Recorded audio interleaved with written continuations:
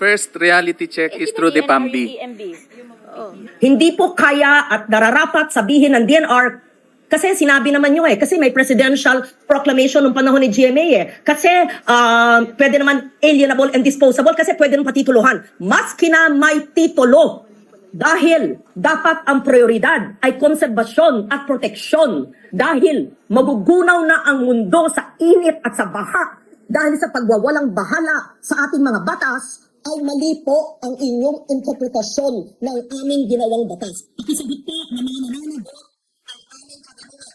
Hindi tayo po ay pagsagot sa mata. Region 70% or... Ba't hindi mo sagutin ng answer? Sabi ni Senator Ligarda, ayaw na namin ng presentation, gusto namin answer. Yes, ma'am. De, kung meron po Lalo kayong nagdidiin pag nagpe-presentation kayo kasi nakikita pa yung depekto nyo Actually, nagkataon po na during this time, hindi po ako present during the PAMBI meeting. I was on an official travel in Baguio. We were attending the launching of the task force mining challenge as well as the launching of the environment scientific schedule na wala ka? Diba, kasi na-schedule naman po yung talaga nauna yung but just so happened Parang naman yan, nagkataon naman yan. Ako, pag wala ako, hindi ko na ini-schedule. Baka kung ano gawin Yes, ma'am. Provided naman po kasi sa... Tanungin mo kay Director Kaankan, pag hindi ako, hindi walang mai-schedule. Kasi baka kung pag-alis ko, kung ano-ano gawin Ma'am, it has been the common procedure po kasi. That It's in the not case, a common procedure. Kung talagang baka nga umabsent ka para maipasa Hindi naman po, ma'am. Ay, nako. Actually po, yung Madam Chair, siguro in light of din sa statement ni Asek Gonzales na it's a common practice. It is a practice, ma'am. It's a procedure as stipulated in the Yeah, IRR. but I think baka Yusek Adobo, there's a need to correct that common procedure na wala yung chairman. Sige ma'am. Baka you need to tighten that procedure. If I may be allowed by the chair, mayroon kasi kaming Department Administrative Order saying that when a quorum is had and the presiding officer, as designated by law, is not present, they can elect, the members Katulad present nito, can elect a ang presiding member ng officer. PAMBI, puro barangay captain, pinabayaan nyo. Aming pong, we will revisit our Puro procedure, barangay ma'am. captain. Yusek Adobo, baka there's a need na pag wala yung taga-DNR na member ng PAMBI, baka hindi pwedeng magkaroon ng, Sige po, baka ma'am. hindi pwedeng magkaroon ng hearing. Baka it can be just a policy. Yes, Madam Chair. We will revisit our Department Administrative Order on this matter. Madam Chair, Yes? Madam Chair. We recognize Senator Ligarda. Salamat po.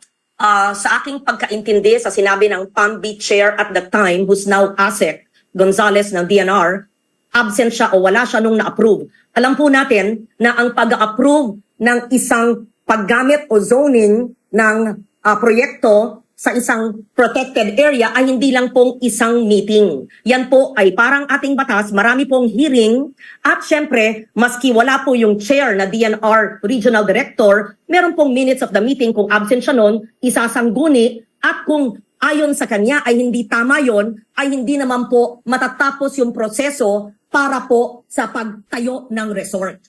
6 na taon na po nakaraan. So gusto kong mas maliwanagan. Hindi po pwedeng 1 day absent, inapprove ng PAMBI, walang alam ang PAMBI chair, ang DNR, at nagtayo na lang sa walang kaalaman. I cannot believe that the absence of the PAMBI chair, who's the regional director at the time, will allow it to happen and did not know what was going on under his or her, his nose and eyes at the time. I cannot believe that. Otherwise, Madam Chair, babaliwalaan ng lahat, hindi lamang ng DNR, ng buong bureaucracia, ang ating mga batas. Pagsasabihin, absent ako noon And we will just leave it at that. Absent ako noon, so wala akong kinalaman doon. At saka ang miyembro ng PAMBI ay hindi ko naman kilala or hindi nagsumite, overruled ako, may quorum, yun na lang, ganun na lang. Hindi po, ayon po sa batas na sinulat po nating lahat at in-sponsor po ninyo, Madam Chair, ay mananagot dapat ang implementing agency. That is the reason why we put a PAMBI, a Protected Area Management Bureau. Kaya nga ang tinalaga natin na chair ay yung Regional Executive Director para mag-alaga for biodiversity conservation, not for hotel management. Kasi kung gusto namin ng puro kita at hotel management, ay sana yun ang linagay namin sa batas. Kaya, maari po ba ay dinggin ko ng muli ang mas madetalyang sagot ng nagbigay ng pahayag kanina tungkol sa pagbigay ng permiso sa Captain's Peak sa ating protected area Chocolate Hills. Thank you. Banggitin rin po ang pangalan ng ibang miyembro ng PAMBI at the time. And this question, please, goes for Davao as well and all other protected areas we will see because we have to see accountability. Hindi po pwedeng puro PowerPoint ang sagot sa ating mga tanong or wala ako doon, absent ako noon. I'm sorry. Pero maganda malaman, ano ho ba nangyayari sa isang PAMBI hearing?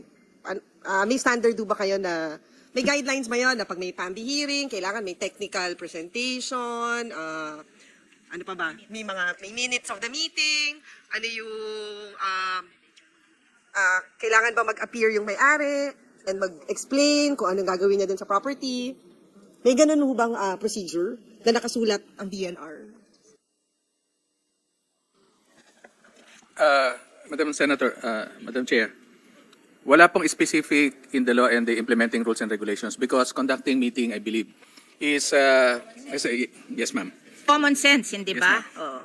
You don't have to, gusto mo, ilalagay pa namin sa batas how to conduct a meeting? Yes, ma'am. Ano ba yun? We Ganun ba start- kayo kabobo? Madam Chair. Ano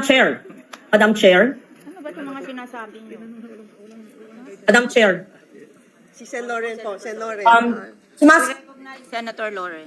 Thank you, Madam Chair. Sumasang-ayon po ako sa inyo ni Senator Binay dahil maliwanag po na ang PAMB shared by the DENR Regional Director ay dapat binibigyan ng guidance ng DNR. At sino ba ang representante ng DNR sa PAMB kundi yung RED? Siya po, yung Red Region 7, ang dapat magbigay ng guidance na ang mga desisyon ng PAMB ay ayon in conformity with the management plans and the prohibitions of the INITAS. Kaya yung mandato po ng mandate is to ensure that all the clearances are given only to the projects that support the objectives of the PA.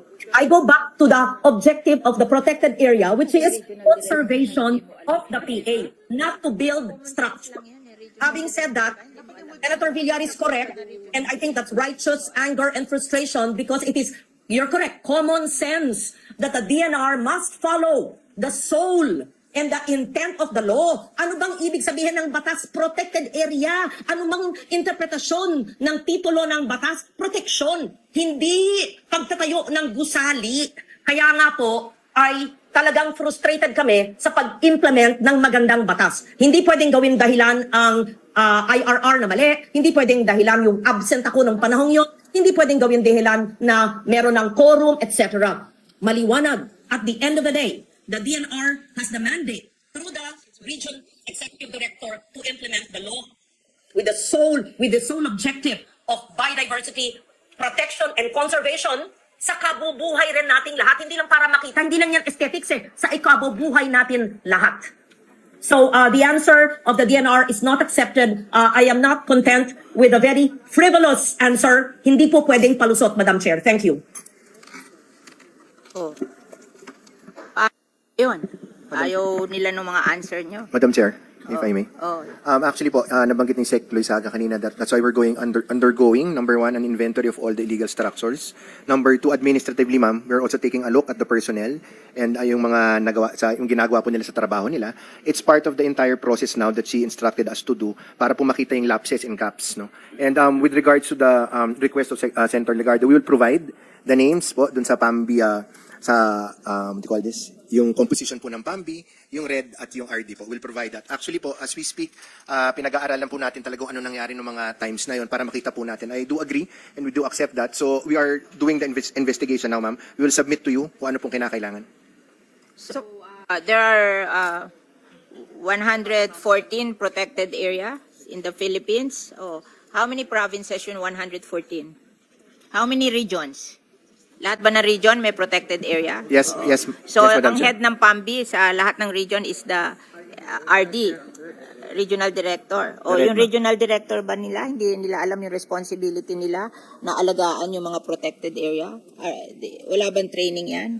Na marunong sila mag-alaga ng protected area? Bakit sila nag-decide ng ganyan? Oh, there's something wrong. There's something wrong. There's something wrong. Kasi, bakit nadi-decide ng ganyan na hindi, ako, I can understand baka yung PAMBI. Well, of course, we will improve the PAMBI. But, yung ECC, hindi ko na yun ma-understand. Kasi kung hindi nyo makontrol ang PAMBI, yung ECC, kontrolado nyo sa DNR. Bakit magsasabay yun? Nagdulot naman ito ng iba't ibang reaksyon mula sa ating mga netizens. Ayon kay Betting 4,837, kung wala kayong alam bakit di kayo mag-resign, sayang ng pinapasahod sa inyo ng taong bayan. Saad naman ni at Mario Galguera Ramos, dapat dyan tanggalin na ang lahat ng kasabwat, puro taliwas ang mga sagot. Komento naman ni at Genesis Labajo 3024. A lame excuse. He's not present but his office, based on government's SOP, and in charge who is equally capable must take over. DENR's job as mandated and waged by people's taxes is to protect the general public, not to fatten their pockets. Anong sa inyo dito mga kabayan? Maaaring magbigay ng comment below.